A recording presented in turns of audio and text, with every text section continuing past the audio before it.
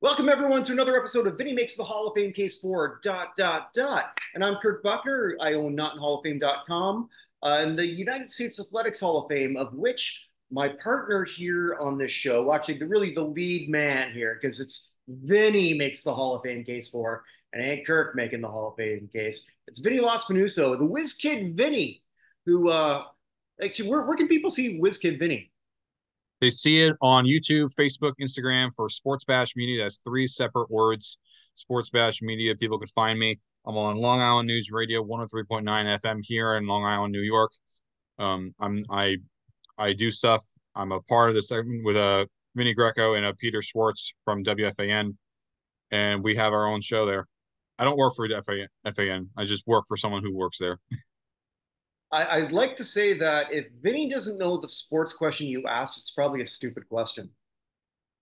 Depends on the circumstances. Fair response. I like that. We're going back to the gridiron today, and was this a request? We're looking at running back Larry Brown. Yes, this was essentially our friend Bill Carroll's. This was his version of Tiki Barber. Oh.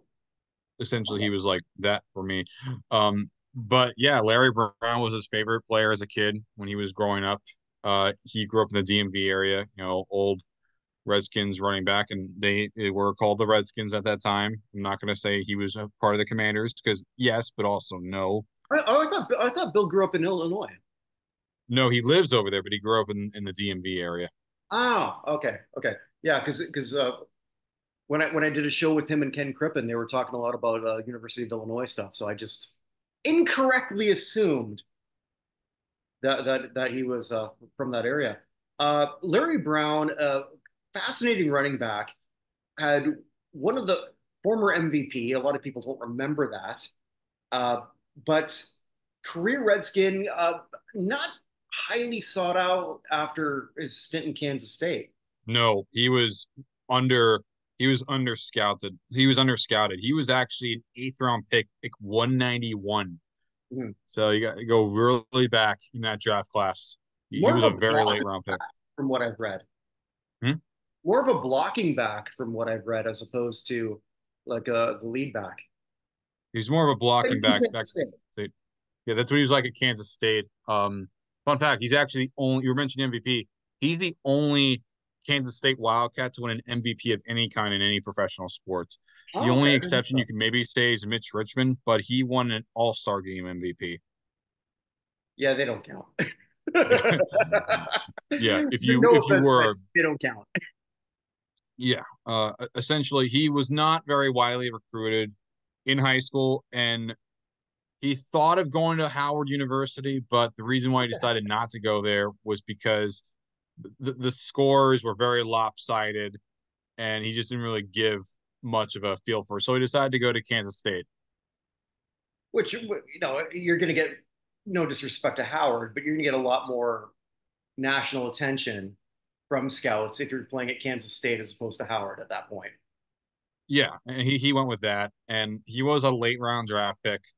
It was 1969.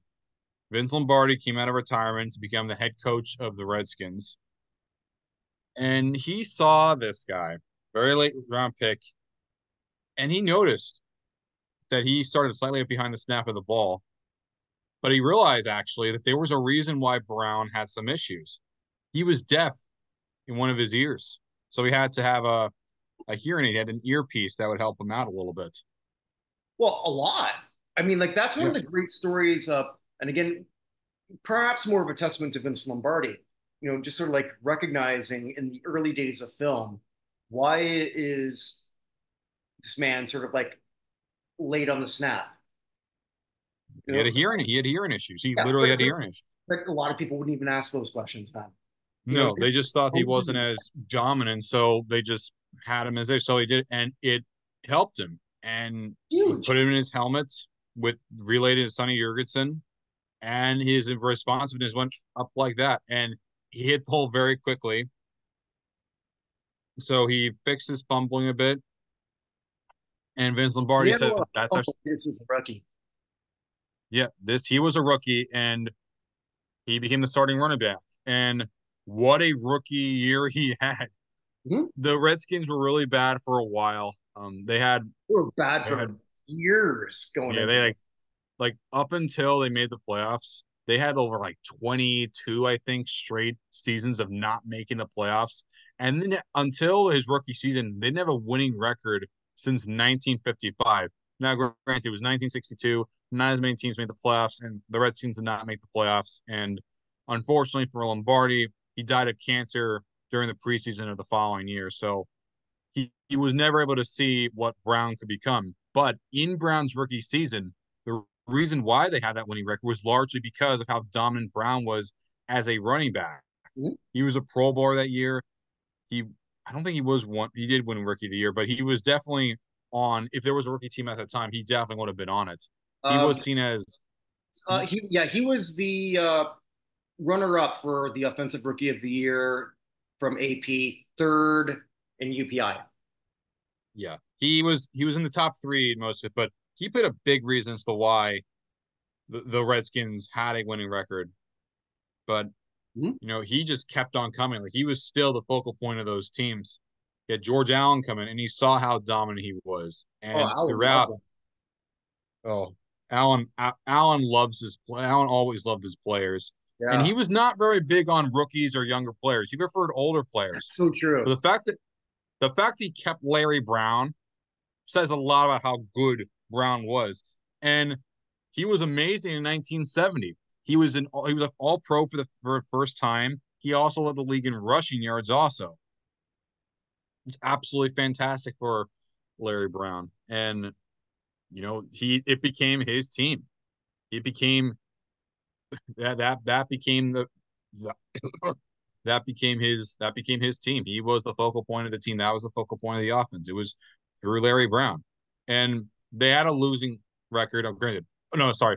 Allen came the following year, but Bill Austin was there for that year. Allen came the following year, my bad. Uh, the team had a losing record, but he was still the focal point of that team But for the it's a Redskins. team on the rise, and then we get to 72. Yeah, well, the previous year in 71, Oh, yeah, he okay. was still pretty good too. He was also another all pro. George Allen comes in, they make the playoffs for the first time in ages. But 1972 is the one that really I want to highlight here. Yeah, please go ahead.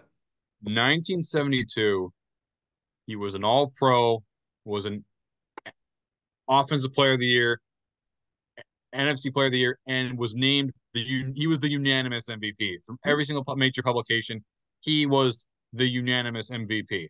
Burt Bell Award, AP, UPI, NEA, the news everywhere. He was the MVP. Now, why do I mention he was the MVP unanimously? You say, then there are probably other unanimous MVPs like that. Yes and no, but you're correct. However, that same year, the Miami Dolphins had their well-known and iconic perfect Right. season, 14-0 in the regular season. And yet it was Larry Brown of the Washington Redskins who led the league in approximate value, was the focal point of the Redskins, and was the MVP unanimously. And the That favorite. They were that tells you, favorites going into that game, which a lot of people don't know. So Miami undefeated going into that, like you said. But Washington yeah, were, they were favorites. yeah, yeah. Yeah, they Paul, were. Paul Lawrence and I, we watched that game for the class, the retro football show, and everyone's gushing about Larry as they should. Uh, Brown was the main reason why Washington got there, why they were favorited over an undefeated team. Well, it's simple. I mean, the Dolphins are a team that I've mentioned in the past, deserve some more guys in the hall like Bob Kuechenberg, Jake Scott, Dick Anderson, Bill Arnsberger, Joe Robbie, just to name a few. But I would all that Dolphins team, one of the greatest teams of all time. However, one thing that people often mention, and I will mention it too,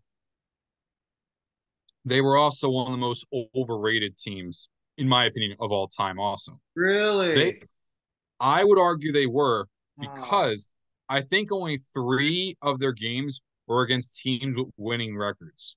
However, I say that, but I should also mention many teams, many great teams throughout the history have lost games against bad opponents. If you're a team as good as you are, you need to beat those bad teams. And even though I do say the Dolphins are overrated, or that team was overrated, they still got the job done, plain and simple. But again, because the Dolphins weren't against the best competition, they again only three game teams they went up against had a winning record, so that makes them kind of overrated. And their wins in the playoffs was each by one score.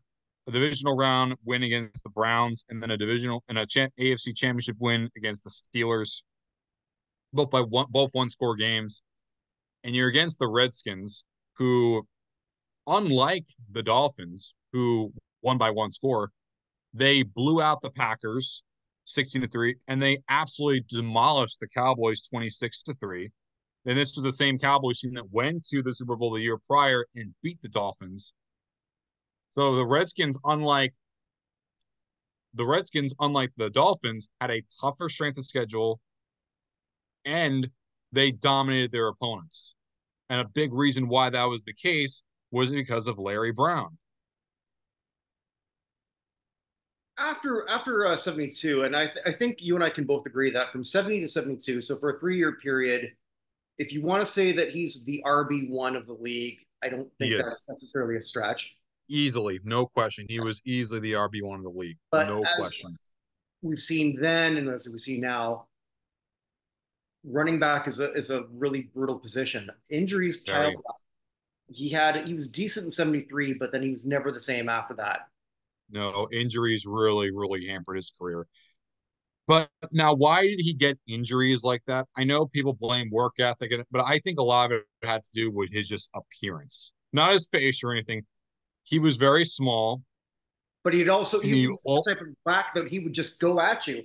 He wasn't trying to yeah, move. he was very courageous. He did not care. He would just bulldoze you, and Yeah. he played every single game. Eventually, your body's going to wear down. And granted, some people are not like that, but whether it's genetics or food, it just did not happen that way. But unfortunately for him, his career was relatively short than it could have been. But I think that's also why it's taken a long time for him. It's sort of like a Terrell Davis situation where he's someone that had like a short but very, very dominant career.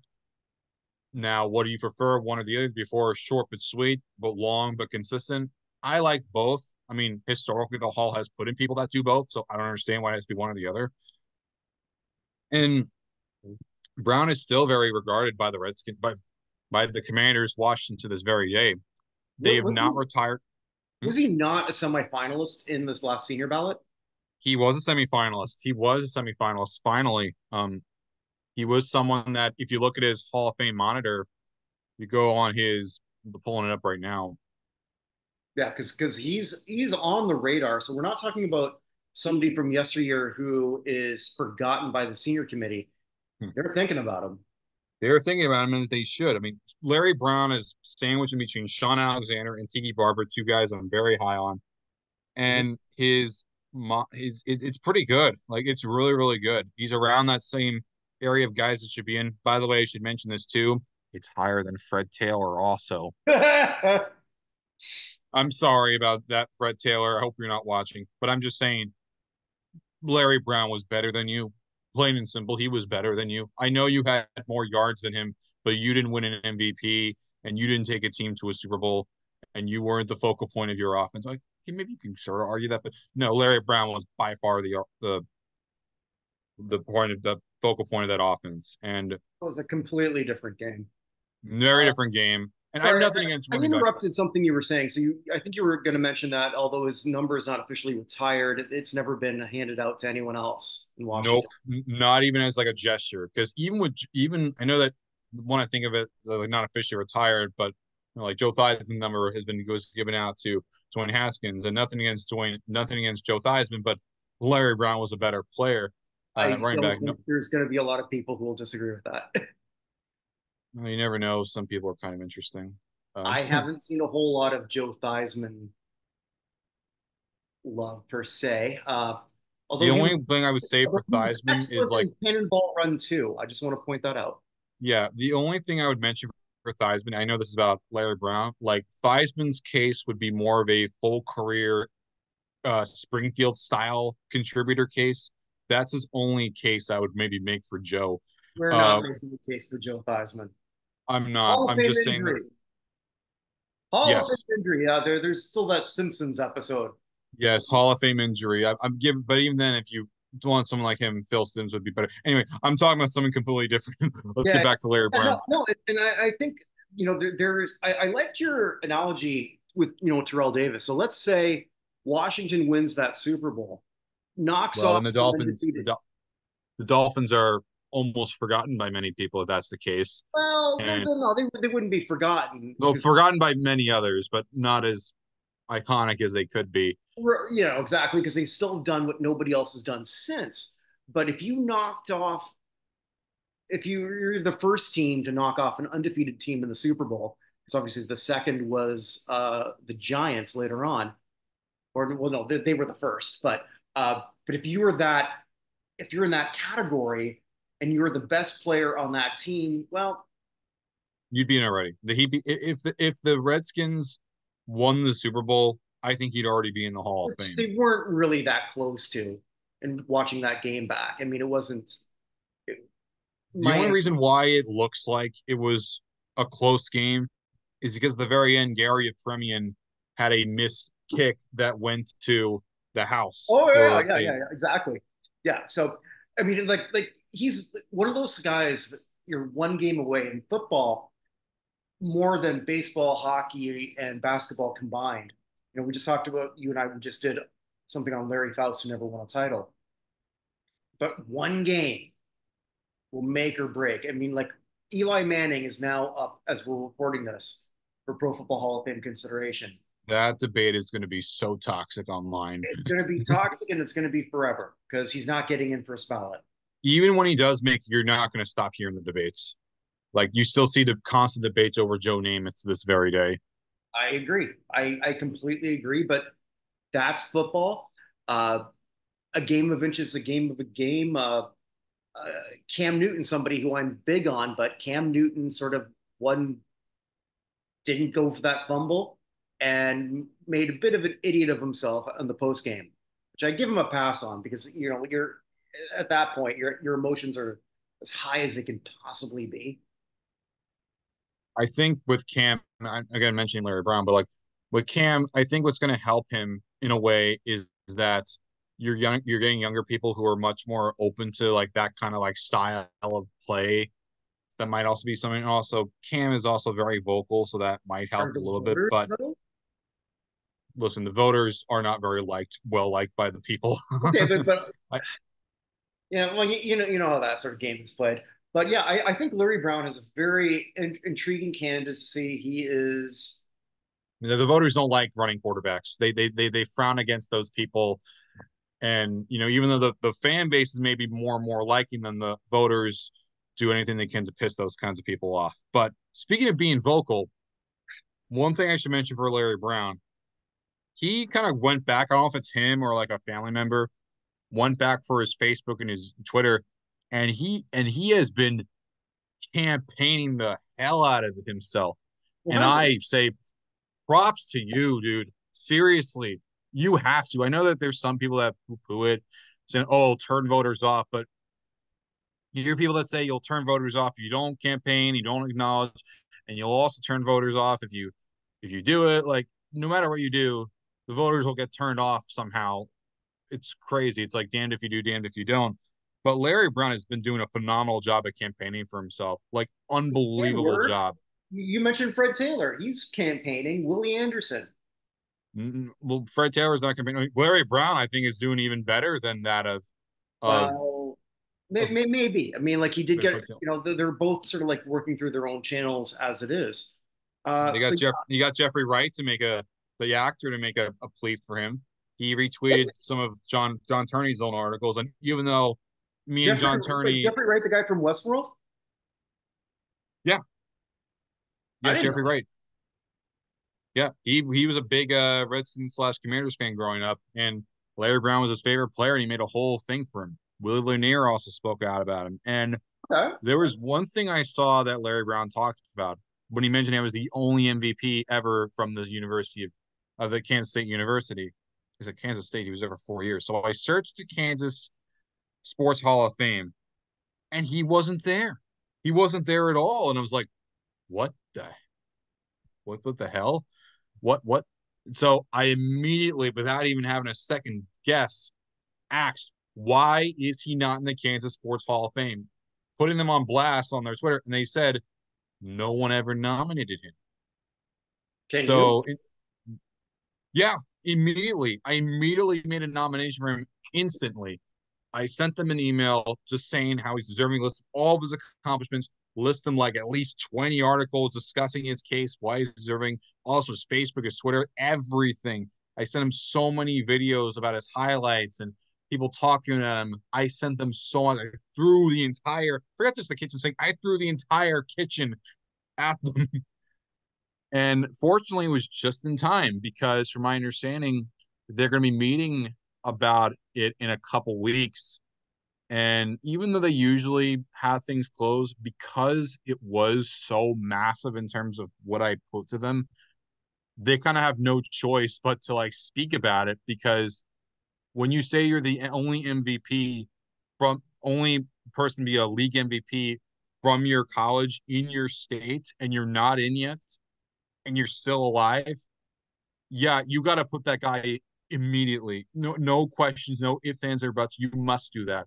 No question. And Larry Faust, not Larry, okay, Larry Brown, I thank a lot because if he did not be super vocal about this, I would not be making an email to them. There you go. So he, I thank Larry for self-promoting, and I know there might be some people that criticize it.